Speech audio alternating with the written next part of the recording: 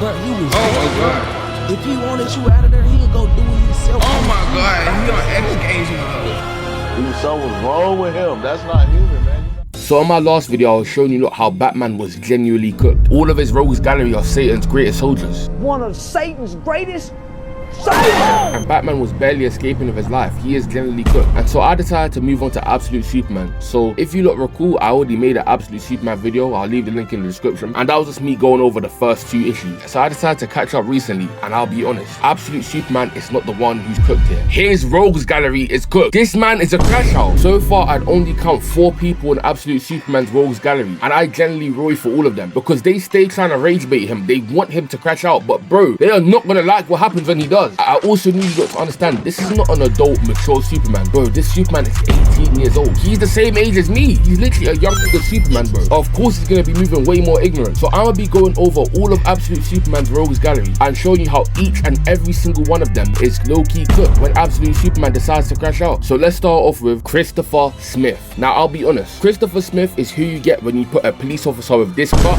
inside the Peacemakers. So if you might remember my last video, there's a whole corporation called Lazarus Corp that's run by a certain individual, but we'll get into him later. And so this whole Lazarus Corp is defended by the Peacemakers. And so Christopher Smith, he was just one of the background characters at first, but I'm gonna show you, man, how this guy went from a background character to a genuine threat whose main attack is stop resistance. So let's go into it. So after Superman got done wiping the floor of the Peacemakers, they're in the favelas cleaning up after his mess. And so here's Christopher Smith right here. He got sent to the medic because Absolute Superman done him in. And the other Peacemakers are like, yeah, I've seen some crazy things since I signed up with Lazarus, but nothing like whatever the hell that guy was. And here's where the racism comes in, because look, all of a sudden now the civilians have done something wrong when they're just standing there. Look at them and listen to what Christopher Smith says. Bet you every single one of these bastards knows where he's hiding. They don't get it. They don't appreciate everything we've done to pull them out of the mud. Well, yeah, well, Smith, that's the job, isn't it? What are you even gonna do about it, man? That's how it goes. I'm gonna teach them.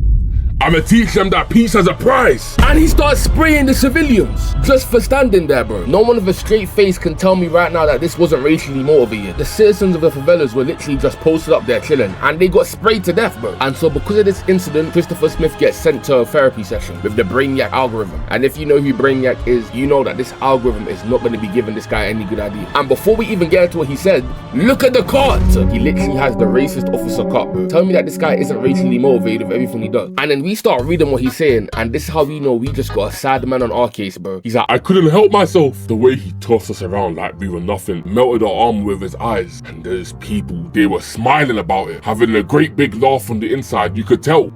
What the? This man said that he could tell they was laughing on the inside. Look at these civilians. Do you see a single ha ha ha caption? Them niggas was just chilling. And so the Brainiac algorithm responds with, so you was in a shock from the trauma you had endured at the hands of this Superman, and your weapon accidentally discharged in the vicinity of unarmed citizens. Luckily, no one was hurt. And so it's quite clear what Brainiac's doing here, but I'm gonna let it keep going. No doubt it was your Peacemaker training that prevented the injuries. No, I just missed. My hand was shaking, but I was definitely trying to shoot them. I was trained to maintain the peace at all costs, even if that means taking out one of them disgusting. You never did that move.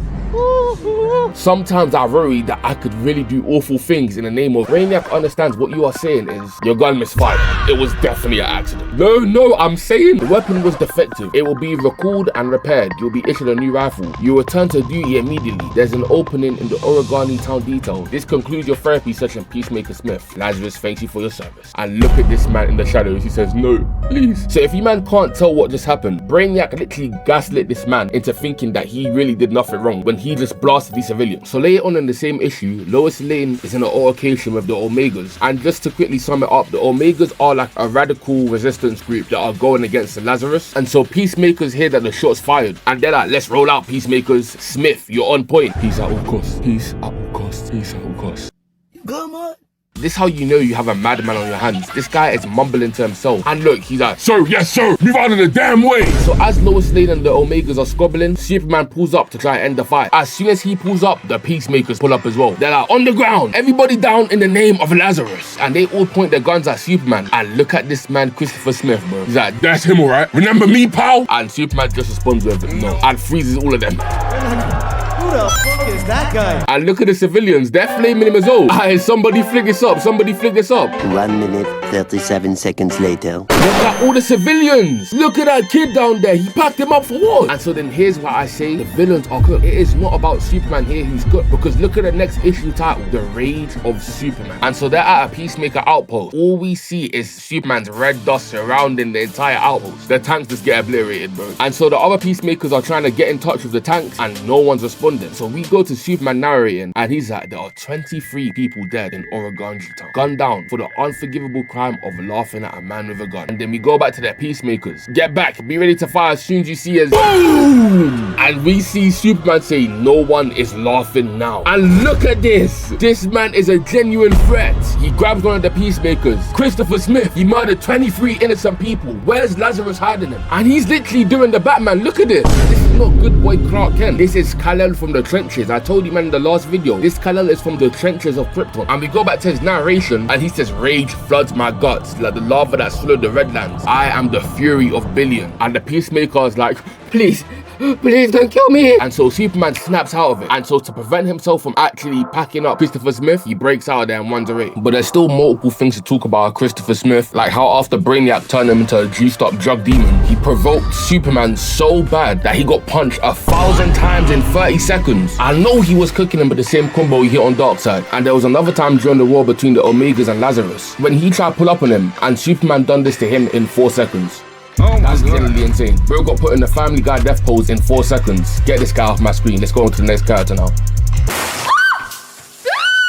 Next, we have to go on to the Omegas, and that is Talia al Ghul, daughter of Ra's al Ghul. So one thing I will give Talia al Ghul in Absolute Superman is that she's mad smart. She was playing chess and the other lot were playing checkers. She was on a whole different wavelength. So as I said before, there's this group of radical freedom fighters known as the Omegas, and they are going against all of Lazarus. And their leader is this person called Primus. And they make us think she's someone that cares a lot about justice, that she's trying to take down the Lazarus Corp, things of that nature. Even that time when Superman got shot by Agent Smith, the Omegas and Primus taking Superman, and she makes us think that they're on his side. Then they end up going on a mission together, and Superman is doing his thing, you know, he's fighting against the Peacemakers, taking them all out, until once again, the civilians are getting hung. All the civilians have been hung for absolutely no reason. So we cut to Primus putting in work, and Superman is on the brink of crashing out. But then obviously, you man know, he's trying his hardest to keep in his anger. He was about to, but he hesitated. And Primus starts crashing out on him. She's talking about how they need to track down Agent Smith, pack him up, pack up Ra's al Ghul, kill every Peacemaker. And next time we see her, we're back at the war. And so after Superman beat the brakes of Christopher Smith, she's like, finish him already, put him down, thinking this is Mortal Kombat or something. And she's like, bet, you're just a pussy then, I'll do it by myself. But before she can, Superman blasts her sword out of her hand, and she starts crashing once again. Calling bro a soft little coward is crazy, until Ra's al Ghul pulls up and she starts calling his little villain speech. So Ra's al Ghul ends up shooting Superman in the hand, and right after that, we see Superman get impaled, and it is Primus stabbing bro right in his back. And she packs up all of her allies. She takes out all of the Omegas. We see her go next to Ra's al Ghul. So we find out she's Talia al Ghul. In every single iteration, why is Talia al Ghul always a setup shit? In the Batman film, we find out that she was hiding a son for Batman for 10 years. By the time Batman found out he had a son, this man Damon was claimed by the Zodiac family pretty much. When it comes to 1-year-old Dante, Pierre, you are the father. And so we find out her motive is pretty much the same as every other villain in Absolute Superman, which is to rage bait Superman. And we will find out more about that when we get to Ra's al Ghul. But for now, Talia al Ghul hasn't got it yet, but trust me, it's coming to her.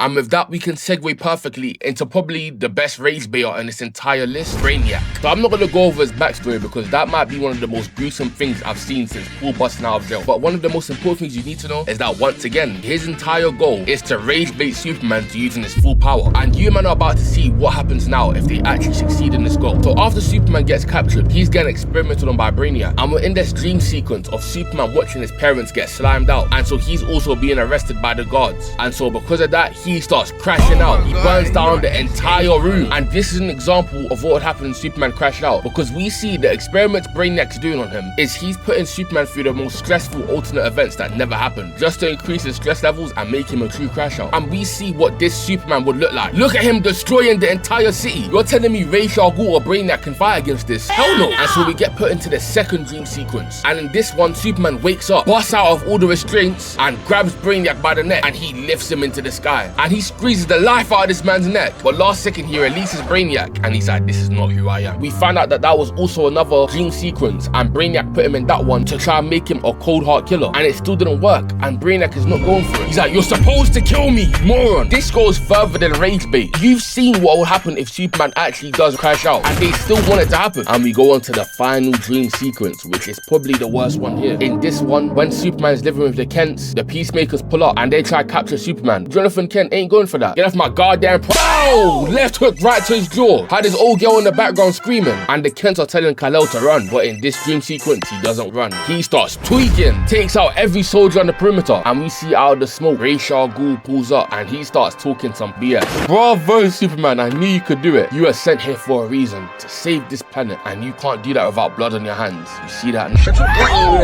Ripped his throat right out, and we see Talia al Ghul pull up, and she's still pretending to be an Omega. Superman doesn't even hear her out, chokes her out straight with his cape. But as the dream sequence is about to get really bad, Lois Lane pulls up, and they manage to end the dream sequence before Superman can fully turn to the dark side, or at least they thought they would. Because the last thing we see that the Kents told him in the dream sequence is, we're so proud of you and what you've done here. Just keep doing it, son. Get out there and kill them all.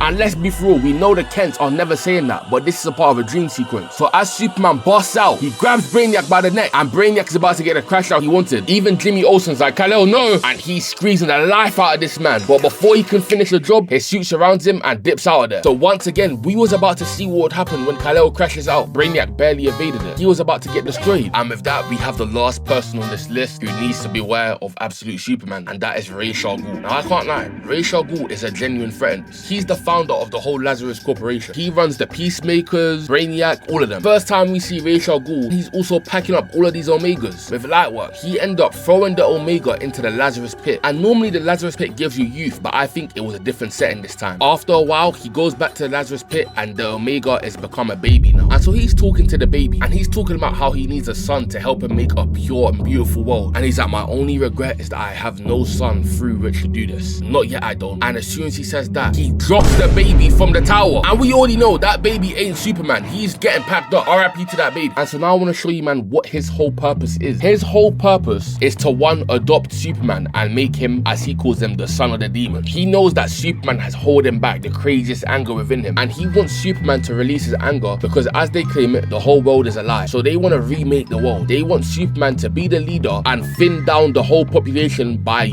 billions of people. With all these villains, they're trying their hardest to rage bait Superman, but he just won't give in. And after Superman ends up escaping from Brainiac, in the most recent issue, Ra's al Ghul is about to enact his final plan. He pulls up to Superman's hometown, Smallville, and we see the entire army of Lazarus pulling up on Smallville, bro. And so that means next issue that comes out, we are really gonna see Superman finally crash out. Because I think in all of these, we've got close, but he has never went all the way. So I hope man can see how Superman is not the one in danger here. His rogues gallery is cooked if this man actually does end up crashing out.